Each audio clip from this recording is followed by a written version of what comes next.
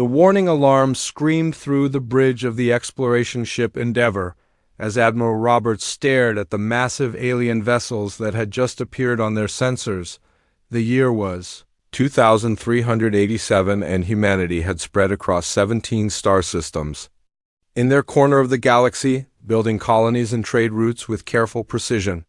They had always wondered when they would meet other intelligent life, but they had hoped it would be under better circumstances. Captain Torres rushed to the communications station as the alien ships moved into formation around the human vessel. The ships were enormous, each one 3 times the size of the Endeavour, their hulls gleaming with an unsettling purple metal that seemed to absorb light rather than reflect it. Strange symbols pulsed along their surfaces in patterns that hurt to look at directly. "Admiral, they're broadcasting on multiple frequencies," Torres reported, his voice tight with tension. "It's some kind of universal translator matrix, very advanced." Roberts nodded grimly as the main screen flickered to life. The alien that appeared was tall and thin, with 4 arms and skin that looked like polished stone. Its eyes were completely black, without any visible pupils, and when it spoke, its voice carried the weight of absolute authority. "I am War Commander Voss of the Hegemony," the alien said, each word pronounced with careful precision. "Your species has been observed and evaluated. You have expanded beyond your birth system without permission from the rightful rulers of this galaxy. This transgression requires correction." Dr. Williams, the Federation's chief xenobiologist, stepped forward from her position at the science station. She had spent her entire career preparing for this moment, but nothing could have prepared her for the cold indifference in the alien's voice. "We come in peace," she said, her voice steady despite the fear that gripped her heart. "We seek only to coexist with other intelligent species and share knowledge for mutual benefit." War Commander Voss tilted his head slightly, a gesture that somehow conveyed both amusement and contempt. "Peace is a luxury granted by the strong to the weak. The hegemony has ruled this region of space for over 3,000 of your years. We have encountered 347 species in that time. All have been given the same choice we now offer you." The alien's image shifted, showing holographic displays of various worlds and species. Some showed thriving colonies with alien architecture, clearly subjugated but alive. Others showed nothing but barren rock and twisted metal, the remains of civilizations that had chosen poorly. "You will relocate your populations to the designated worlds in the Outer Rim," Voss continued. "Your military vessels will be surrendered for decommissioning. Your industrial capacity will be transferred to hegemony oversight. Your species will contribute to the greater order of the galaxy under our guidance. These terms are not negotiable." "Admiral." Roberts felt his jaw clench as he processed the ultimatum. He had spent 40 years in the Federation Navy, rising through the ranks during humanity's golden age of expansion. He had seen the wonder in colonists' eyes as they set foot on new worlds, had watched children grow up among the stars that their grandparents had only dreamed of reaching.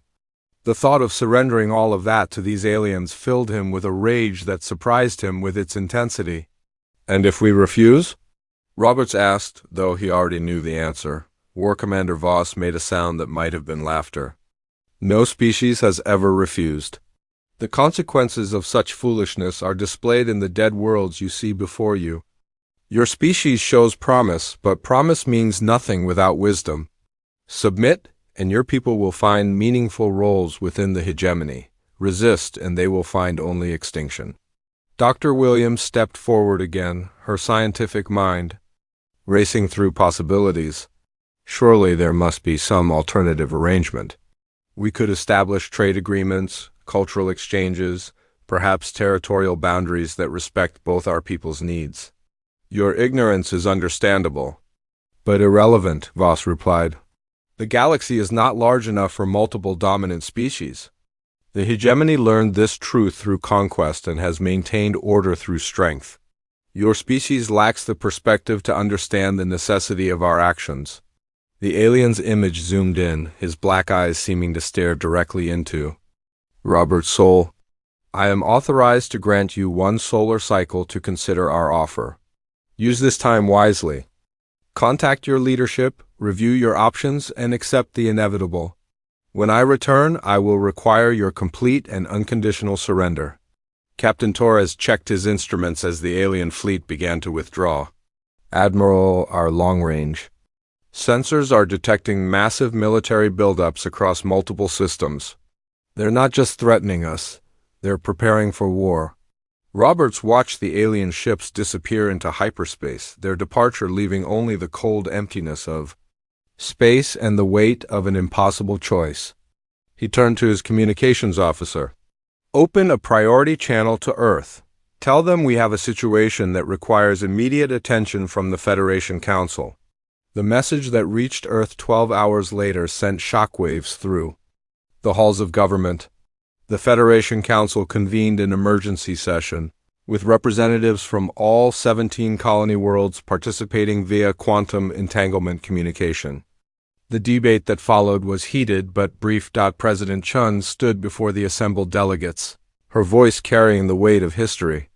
"The hegemony believes they are offering us a choice between submission and death. They are wrong. They are offering us a choice between death and death. A species that surrenders its freedom to preserve its life has already chosen extinction, just by slower means." The vote was unanimous. Every delegate from every world chose the same path their ancestors had chosen when faced with tyrants throughout human history. They would not kneel. Admiral Roberts received the Federation's response as War Commander. Voss's fleet returned to the Kepler system. The alien appeared on screen again, his posture confident and expectant. "Have you reached a decision?" Voss asked. Roberts straightened in his command chair, feeling the weight of 17 worlds and billions of human lives behind his words. "We have. The United Federation of Humanity does not surrender. We do not submit. We do not kneel." War Commander Voss was quiet for a long moment, his expression unreadable. When he finally spoke, there was something that might have been satisfaction in his voice. "Then you have chosen extinction. The hegemony will grant your species the honor of a warrior's death. Do not mistake this for mercy." The alien ships vanished into hyperspace, leaving the Endeavor alone in the darkness. Roberts knew that when they returned, they would bring with them the full might of an empire that had conquered hundreds of worlds. What they didn't know was that they had just made the greatest mistake in the history of galactic civilization. They had declared war on humanity.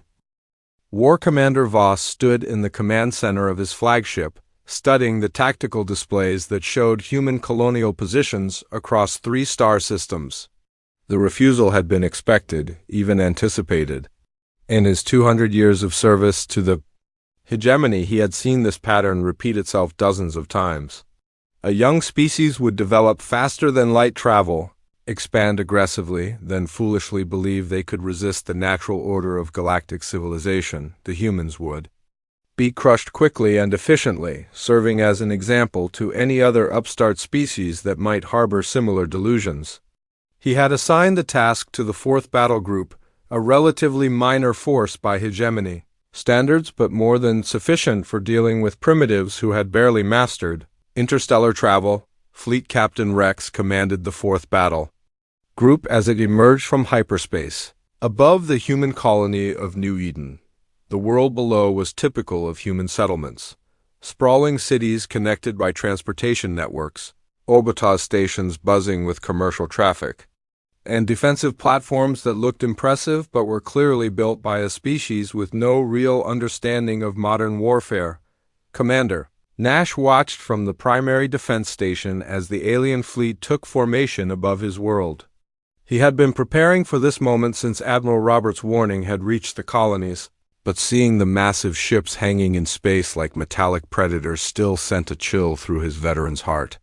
New Eden was home to 12 million people, and he was responsible for their lives. The first shots came without warning or demands for surrender.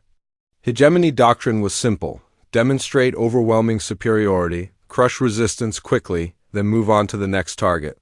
Energy beams lanced down from orbit, targeting the defensive platforms with surgical precision. Nash's forces returned fire immediately. Their weapons designed using the best technology humanity could produce. What happened next surprised both sides. Human energy weapons based on principles that the hegemony had dismissed as primitive, cut through alien shields with unexpected efficiency. The defensive platforms might have been smaller than hegemony ships, but they were designed by a species that had spent centuries perfecting the art of warfare. Every human weapon was built not just to kill, but to kill efficiently. The battle for New Eden's orbital space lasted 6 hours. When it ended, 3 hegemony vessels had been destroyed and 2 more heavily damaged. The human defenders had lost 8 defensive platforms and suffered severe casualties. But they had proven something important. Humans could fight. Fleet Captain Rex ordered the bombardment of New Eden's surface, following standard hegemony protocol. For rebellious worlds, the alien ships rained destruction on military installations, spaceports, and industrial centers. The colonists fled to underground shelters and emergency bunkers, but everyone knew that orbital bombardment was a death sentence for any world. The same pattern repeated itself at Prosperity and Haven. Human defenders fought with desperate courage, inflicting casualties that surprised the hegemony commanders. But courage alone could not overcome the massive technological and numerical advantages of an empire that had conquered hundreds of worlds. Within 48 hours, all 3 colonies had fallen. War Commander Voss reviewed the casualty reports with satisfaction, mixed with slight concern. The humans had proven more capable than expected, but the outcome had never been in doubt. Now the survivors would flee to other colonies, spreading fear and despair. That would make the next phase of conquest easier. What happened instead defied every prediction in the hegemony's strategic databases. Within hours of the bombardments ending, human ships began arriving in massive numbers. Not warships, but civilian vessels converted for rescue operations. They swarmed through the debris fields of the destroyed colonies, pulling survivors from underground shelters and ruined cities with mechanical precision. Colonel Davis coordinated the rescue operations from his command ship, watching as thousands of volunteers worked around the clock to save every human life they could find. Medical ships, transport vessels, and construction crews worked together in a display of organization that impressed even hardened military observers. The humans weren't panicking or fleeing in terror. They were adapting, Admiral Roberts observed. The rescue operations from his flagship, his experienced eye noting details that would have been invisible to civilian observers. The hegemony's attacks had been methodical and calculated, designed to break human morale and demonstrate the futility of resistance. Instead, they had revealed the true nature of the enemy humanity now faced. Dr. Williams worked frantically in her laboratory, analyzing the wreckage of destroyed hegemony ships recovered from the battle zones. Every piece of alien technology was cataloged, studied, and reverse-engineered. The humans might have lost the first battles, but they were learning from every engagement. The most disturbing revelation came from intercepted hegemony communications. The aliens weren't fighting a war in any sense that humans understood. They were conducting a police action, using minimal force to suppress what they considered a minor rebellion. The fleets that had destroyed 3 human colonies represented less than 1% of the hegemony's total military strength. General Martinez called an emergency meeting of the Federation's military leadership as the full scope of their situation became clear. They faced an enemy with thousands of worlds, millions of ships, and technology that had been refined through millennia of conquest. Any conventional military response would be suicide. They think they're dealing with another conquered species, Martinez said, his voice carrying the weight of terrible understanding. They've never encountered a species like us before.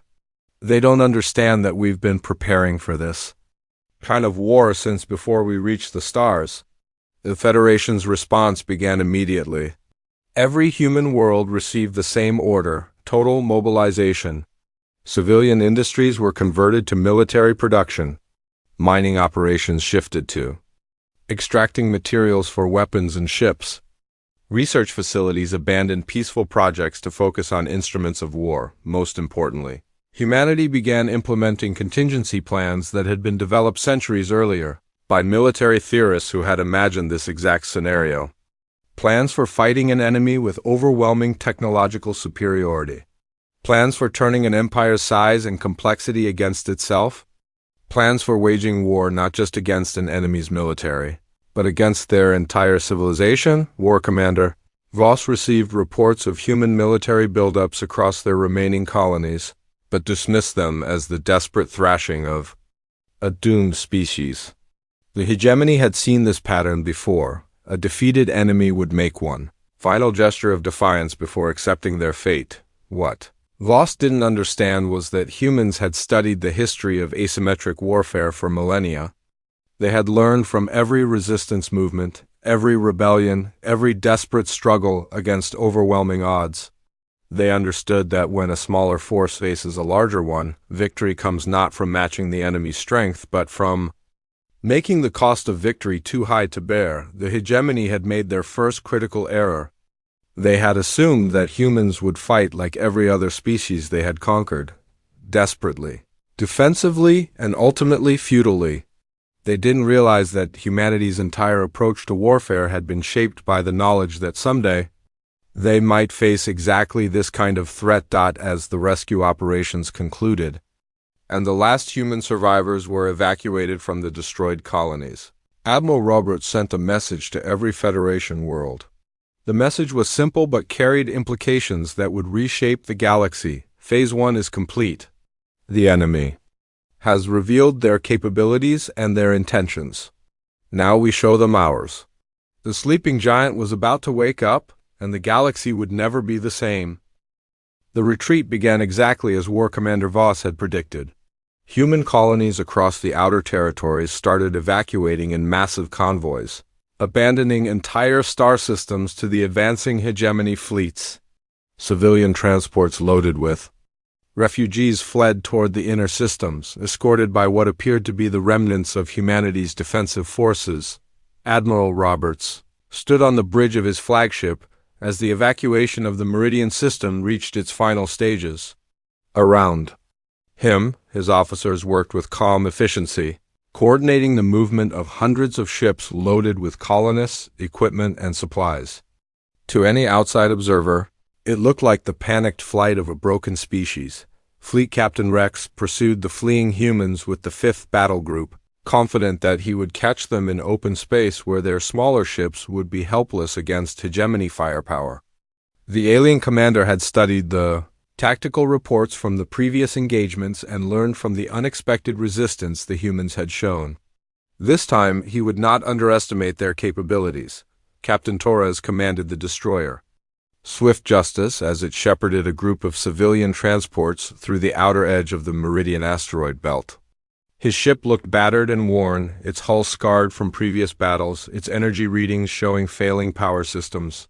The pursuing hegemony ships closed in rapidly, their superior speed allowing them to overtake the human convoy. What happened next would be studied in military academies for generations to come. The fleeing civilian transports suddenly dropped their disguises, revealing themselves as heavily armed warships that had been running silent. The asteroids around them erupted with hidden weapons platforms that Dr. Williams' engineering teams had been installing for months. The hegemony fleet found itself surrounded by enemies they had never detected. The battle was over in less than an hour.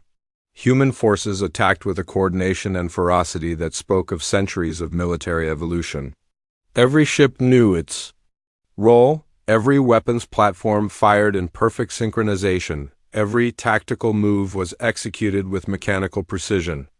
The hegemony ships, built for intimidation and overwhelming firepower, proved vulnerable to tactics designed specifically to exploit their weaknesses. Commander Nash coordinated the weapons platforms from his command post buried deep within the largest asteroid. The humans had turned the entire asteroid belt into a fortress, honeycombing the rocks with tunnels, weapons, and life support systems. What the hegemony saw as empty space, humanity had transformed into a killing field. Fleet Captain Rex died when his flagship's reactor core breached under concentrated fire from a dozen hidden weapons platforms. His last transmission to War Commander Voss carried a warning that the hegemony leadership would dismiss as the ravings of a defeated commander. The humans were not running away. They were leading their enemies into prepared killing grounds. The survivors of the 5th Battle Group limped back to their staging areas with reports that seemed impossible. The humans had not just won a defensive battle. They had fought with a level of tactical sophistication that suggested they understood hegemony doctrine better than many hegemony commanders. Worse, they had done it while making their victory look like a desperate last stand. War Commander Voss studied the battle recordings with growing unease. The human ships had moved with perfect coordination. Their weapons fire had been devastatingly accurate, and their tactical choices had been flawless. Most disturbing of all, intercepted communications suggested that this victory was not the result of desperate improvisation, but careful planning that had begun months before the first contact. Dr. Williams worked in her laboratory aboard the research vessel Discovery, analyzing the wreckage of destroyed hegemony ships with scientific precision. Every piece of alien technology was cataloged and studied, but more importantly, every tactical doctrine was dissected and understood. The humans were learning not just how to fight the hegemony, but how to think like them. The pattern repeated itself across a dozen star systems as human forces led hegemony fleets into carefully prepared ambushes. What looked like panicked retreats were actually strategic withdrawals, designed to draw enemy forces into positions where they could be destroyed piecemeal. The humans were fighting a war of attrition, but not the kind the hegemony expected. General Martinez observed the campaign from his command center on Earth, watching as human forces systematically dismantled enemy fleets with minimal losses. The key to their success was not superior technology or numerical advantage, but superior understanding of their enemy's psychology. The hegemony expected to fight desperate defenders, not calculating predators. The most shocking revelation came when human intelligence teams began broadcasting intercepted hegemony communications. The aliens had been so confident of victory that they had made no attempt to encrypt their tactical discussions. Worse, their command structure was rigid and predictable, making it easy for human commanders to anticipate their moves. Colonel Davis led the ground assault on the hegemony forward base at Titan Station, the first offensive operation of the war. The base was supposed to be impregnable, protected by energy shields and automated defenses that had never been breached. The human attack came from 6 directions simultaneously. Using weapons and tactics that the alien defenders had never encountered, the base fell in 4 hours. Every hegemony soldier was killed or captured, every piece of equipment was seized or destroyed, and every data core was downloaded before the facility was reduced to scrap metal. The humans left behind a message in the hegemony's own language. This is what happens when you underestimate humanity. War Commander Voss requested reinforcements from the hegemony high command, but his requests were denied.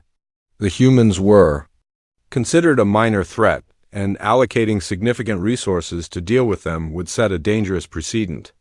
Other subject species might begin to believe that rebellion was possible. What the hegemony leadership didn't understand was that the humans weren't trying to win a conventional war.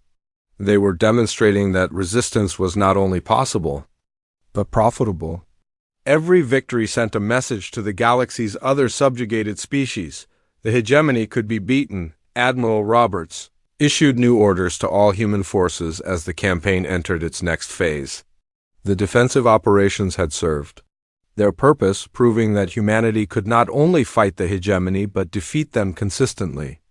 Now it was time to take the war to the enemy. The human fleets that emerged from their hidden bases bore little resemblance to the battered remnants that had fled the outer colonies.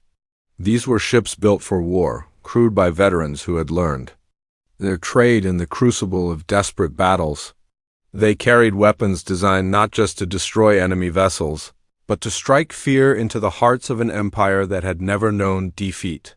Captain Torres led the first deep strike mission into hegemony space, his ships moving through hyperspace routes that the aliens believed were unknown to human science. The target was a major shipyard facility that produced the cruisers used to police subjugated worlds. The humans intended to send a message that would echo throughout the galaxy. The shipyard was destroyed in a single coordinated attack that lasted less than 20 minutes. 17 ships under construction were vaporized, the orbital facilities were reduced to debris, and the planet's industrial infrastructure was systematically crippled. The humans left behind sensor buoys that would broadcast the attack footage to every hegemony world in the sector. War Commander Voss watched the destruction of the shipyard, with the dawning realization that he had made a catastrophic error in judgment. The humans were not a young species struggling to survive against superior forces. They were apex predators who had been studying warfare for millennia, and they had been hiding their true capabilities until the moment they chose to reveal them. The galaxy was about to learn what happened when humanity decided that a threat needed to be eliminated permanently. The hegemony had declared war on the wrong species, and now they would pay the price for their arrogance with the destruction of everything they had built over 3,000 years of conquest. The hegemony's war colleges had studied over 3,000 species across their long history of conquest. They had detailed files on every form of military organization, every tactical doctrine, every strategic approach that intelligent life had ever developed. None of their research had prepared them for humanity's approach to warfare. General Martinez stood in the Federation's primary war room, surrounded by holographic displays showing hegemony positions across 50 star systems. The displays revealed something that would have been impossible for any previous enemy to achieve. Humanity had been conducting intelligence operations throughout hegemony space for months, mapping every military installation, every supply route, every weakness in their enemy's vast empire. Dr. Williams coordinated the intelligence networks from her position aboard the stealth reconnaissance ship Phantom. The vessel was invisible to hegemony sensors, built using technology that combined human engineering with captured alien science. Her teams had infiltrated dozens of hegemony worlds, disguised as refugees, traders, or maintenance workers. The aliens' own arrogance had made them careless about security. War Commander Voss discovered the true scope of human infiltration when his communication networks began failing simultaneously across multiple star systems. The failures weren't random equipment malfunctions. They were coordinated attacks using viruses that had been planted months earlier. The humans had been inside hegemony systems since before the war began, waiting for the right moment to strike. The revelation that followed was even more disturbing. Human agents had been mapping not just military targets, but the entire infrastructure that supported the hegemony's war machine. Mining operations, manufacturing facilities, training academies, research stations, and logistics hubs had all been cataloged and targeted. The humans weren't just planning to win battles. They were planning to dismantle an entire civilization. Admiral Roberts launched the first coordinated strike against hegemony infrastructure with surgical precision. 17 separate task forces attacked targets across 8 star systems simultaneously. The attacks were timed to maximize psychological impact while minimizing the hegemony's ability to respond. Within 6 hours, the aliens lost 30% of their shipbuilding capacity. Captain Torres led the attack on the hegemony's primary training facility, a massive complex that had been producing officers for over 1,000 years. The facility was defended by some of the most experienced commanders in the alien fleet, but they found themselves fighting an enemy that seemed to anticipate their every move. The humans had studied hegemony tactical doctrine so thoroughly that they could predict responses before the aliens made them. The facility fell in 18 hours of brutal fighting. More importantly, the humans captured the entire training database, including detailed information about every hegemony officer above the rank of squad leader. The psychological impact was devastating. The aliens realized that humanity knew their command structure better than they did. Colonel Davis demonstrated humanity's most terrifying capability during the siege of the fortress world of Dominion. The planet was supposed to be impregnable, protected by energy shields that could deflect any known weapon and defended by veteran troops who had never experienced defeat. The humans didn't attack the planet directly. They simply surrounded it and waited. The siege of Dominion lasted 47 days. Human forces intercepted every supply ship, blocked every communication, and turned the planet into a prison. The defenders had enough resources to hold out for months, but they gradually realized that the humans weren't trying to starve them out. They were studying them. Every tactical move the defenders made was recorded and analyzed.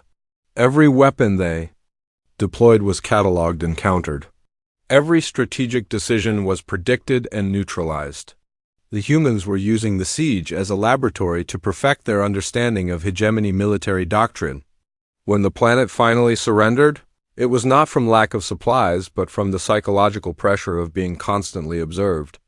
And analyzed. War Commander Voss watched his empire crumble as human forces demonstrated capabilities that seemed impossible for a species that had achieved interstellar flight less than 2 centuries ago. The humans fought with a level of coordination that suggested they shared a collective military mind, anticipating and responding to threats with mechanical precision. The most disturbing aspect of human warfare was their complete rejection of conventional strategic thinking. While other species fought to achieve specific objectives, humans fought to eliminate their enemy's capacity to pose future threats. They didn't just want to win the war, they wanted to ensure that no similar war could ever be fought again. Dr. Williams coordinated the systematic destruction of hegemony research facilities, targeting not just weapons development but the entire scientific infrastructure that supported their technological advantage. Human strike teams infiltrated laboratories, downloaded research data, and then destroyed the facilities so thoroughly that they could never be rebuilt. The hegemony's leadership finally began to understand the true nature of their enemy when human forces attacked their historical archives. The aliens had assumed that humans would target military and industrial assets, but the attack on their cultural heritage revealed something far more terrifying. Humanity was trying to erase the hegemony from existence. General Martinez explained the strategy to his staff officers with cold precision. We're not just fighting a war against the hegemony's military. We're fighting a war against the idea that species like the hegemony can exist. When this conflict ends, the galaxy will understand that there are consequences for threatening humanity's future. The war entered its final phase when human forces began attacking hegemony core worlds, the ancient planets that had been the foundation of their empire for millennia. These worlds were defended by the most powerful fleets in the galaxy, but they fell one by one to human tactics that seemed to violate every principle of conventional warfare. Admiral Roberts coordinated the assault on the hegemony capital from his flagship, watching as human forces deployed weapons and tactics that the aliens had never encountered. The humans had spent months studying captured hegemony technology, not to copy it but to understand its weaknesses. Every alien ship, every defensive system, every tactical doctrine had been analyzed and countered. The capital world's defenses lasted 6 hours. When the orbital bombardment began, it was conducted with the same methodical precision that had characterized the entire human campaign. Military targets were destroyed first, then industrial facilities, then infrastructure. The humans left the civilian population untouched. But the message was clear: the hegemony's ability to wage war had been permanently eliminated. War Commander Voss died in the final battle, his flagship destroyed by weapons that used principles the hegemony had never discovered. His last transmission was a warning to any species that might be listening. Humanity was not just another race to be conquered. They were the species that ended empires. The war concluded with the complete collapse of hegemony military power. Their fleets were destroyed, their worlds occupied, and their leaders dead or captured. In just over a year, humanity had accomplished what no other species had managed in 3,000 years. They had brought down the galaxy's most powerful empire, but the most significant victory was not military. Humanity had proven that technological superiority and numerical advantage meant nothing against a species that understood the true nature of warfare. They had shown the galaxy that some threats were too dangerous to ignore, and that the consequences of underestimating humanity were too severe to survive. The age of galactic empires was ending, and the age of human dominance was about to begin. The final phase of the war lasted exactly 73 days from the first human attack on hegemony core worlds to the surrender of the last alien fortress. When the shooting stopped, an empire that had dominated the galaxy for over 3 millennia simply ceased to exist as an organized force. The speed and completeness of the collapse stunned every species that had been watching the conflict from the sidelines. General Martinez stood in the ruins of the former hegemony capital, addressing an assembly of representatives from dozens of species that had lived under alien rule for generations. Many of them had never seen their homeworlds free from hegemony control, and the sudden absence of their oppressors left them uncertain about what would come next. "The age of imperial domination is over," Martinez declared, his words transmitted across the galaxy by the same communication networks that had once carried hegemony propaganda. "Humanity offers each of your species a choice that the hegemony never allowed: true independence or voluntary association with the Federation. We will not replace one empire with another." The representatives struggled to understand what they were being offered. In their experience, conquest meant subjugation. Victory meant slavery, and power meant oppression. The concept of a dominant species voluntarily limiting its own authority was so foreign that many assumed it was some form of deception. Admiral Roberts oversaw the systematic dismantling of the hegemony's war machine from his command ship in orbit above the capital world. Every weapon capable of planetary bombardment was destroyed, every ship designed for conquest was scrapped, and every military installation was reduced to rubble.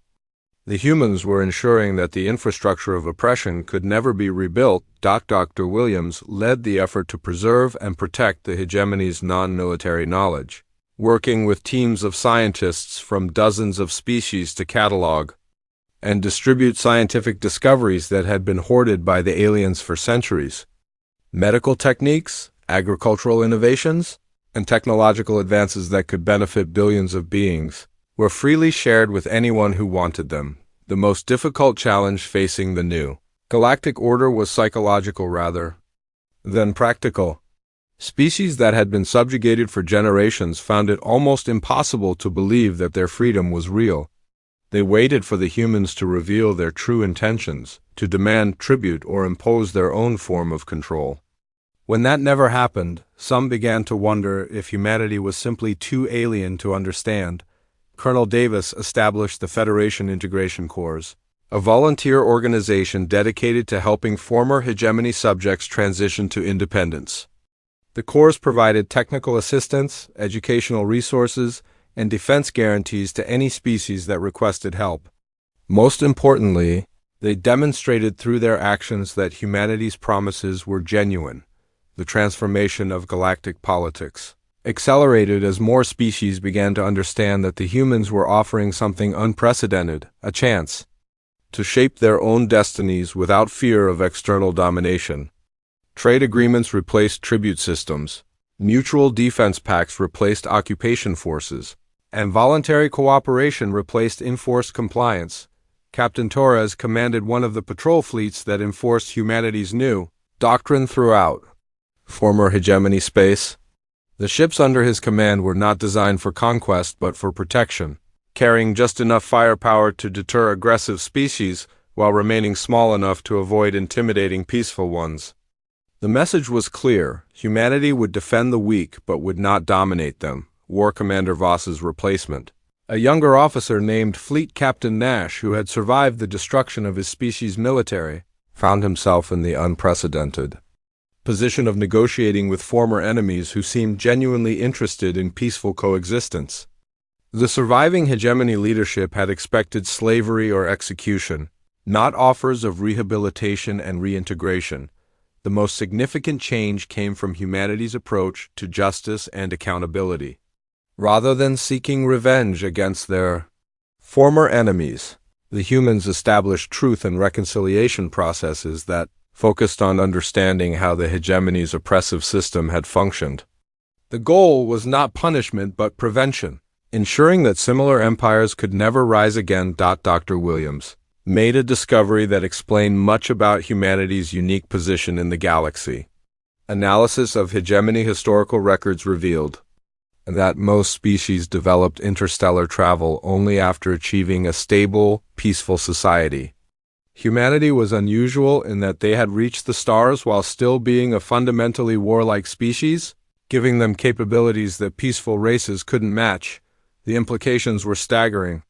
Humanity had spent centuries perfecting the art of warfare before they ever encountered another intelligent species. While other races had forgotten how to fight, humans had been preparing for the exact conflict they had just won.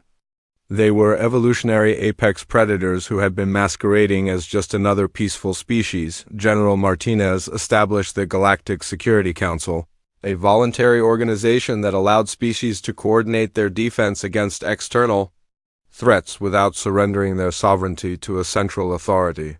Membership was open to any species that agreed to basic principles of non-aggression and mutual assistance. Humanity served as the organization's military backbone but held no special political authority. The transformation wasn't complete without resistance.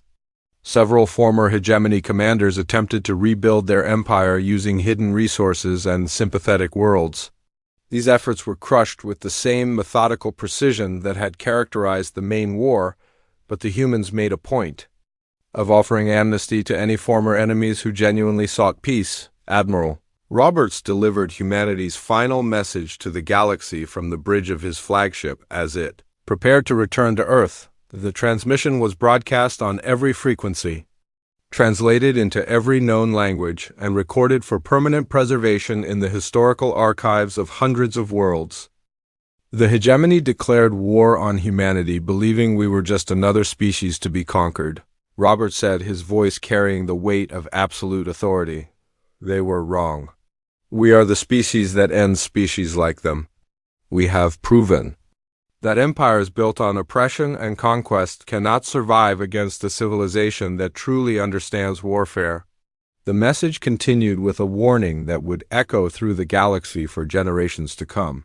Let this serve as a lesson to any species that might consider following the hegemony's path. Humanity will tolerate trade disputes, territorial disagreements, and even occasional conflicts. But we will not tolerate threats to the freedom and dignity of intelligent life. Those who choose oppression as their path will find that humanity chooses annihilation as our response. The economic transformation of the galaxy followed quickly behind the political changes. Trade routes that had been monopolized by the hegemony opened to all species, creating unprecedented opportunities for economic growth and technological exchange. Worlds that had been strip-mined to support the alien war machine began to recover, as their populations regained control over their own resources. Captain Torres led the first joint species exploration mission beyond the former hegemony borders, seeking to make contact with civilizations that had remained hidden during the long years of alien domination. The mission discovered over 100 species that had been living in isolation, afraid to develop advanced technology lest they attract the hegemony's attention. The revelation that so many species had been suppressing their own development, rather than risk conquest, showed the true scope of the damage the hegemony had inflicted on galactic civilization. Humanity's victory had not just freed the subjugated worlds, it had given hope to countless others who had been living in fear. Dr. Williams established the Galactic Development Initiative, a program designed to help species achieve their full technological and cultural potential without the threat of conquest hanging over them. The initiative provided resources, knowledge, and protection to any civilization that wanted to advance, but lacked the means to defend themselves. The most profound change came in how species viewed the relationship between power and responsibility. The hegemony had taught the galaxy that strength meant the right to dominate others. Humanity demonstrated that true strength meant the obligation to protect those who couldn't protect themselves. Colonel Davis created the first integrated military units, combining human personnel with volunteers from other species who wanted to help maintain galactic peace.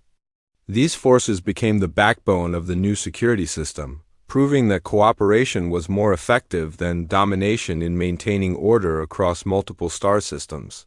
5 years after the war's end, the transformation was complete. The galaxy had evolved from a collection of subject worlds serving an imperial master to a community of independent species working together for mutual benefit. Trade flourished, technology advanced, and conflicts were resolved through negotiation rather than conquest.